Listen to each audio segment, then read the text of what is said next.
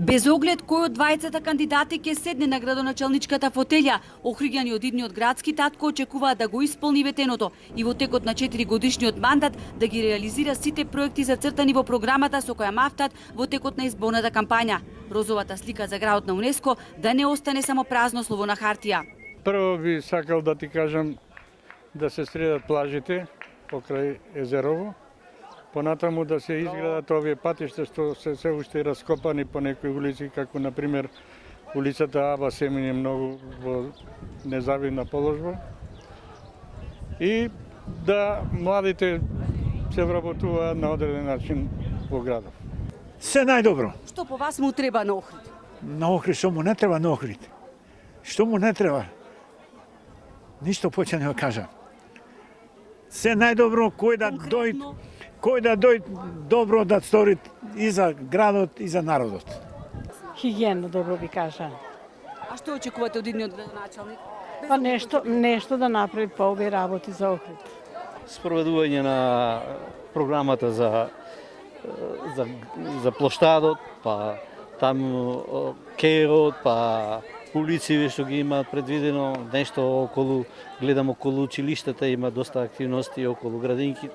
Сите тие работи тоа му фали на Охрид. И му фали, сега сум од постарата генерација, му фали не студентски дом, туку старачки дом. Кејот е потребен.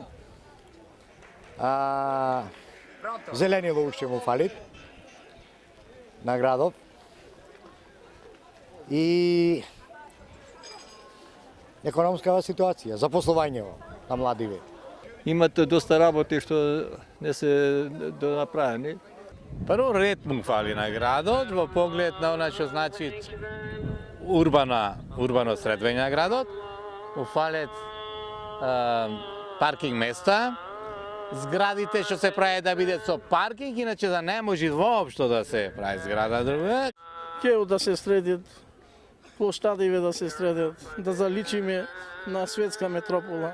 Вториот круг од вонредните локални избори во Охрид ќе го трчаат кандидатите на ВМРО-ДПМН, доктор Митре Милошевски и на СДСМ доктор Константин Георгиевски. Според податоците на ДИК, само половина од запишаните гласачи го оствариле своето граѓанско право, давајќи ги гласовите највеќе за кандидатите на двете најголеми политички партии. За Милошевски се изјасниле 10.614, односно 37,75% од гласачите, а Георгиевски добил 13.037 гласа, односно 46,37% од гласовите.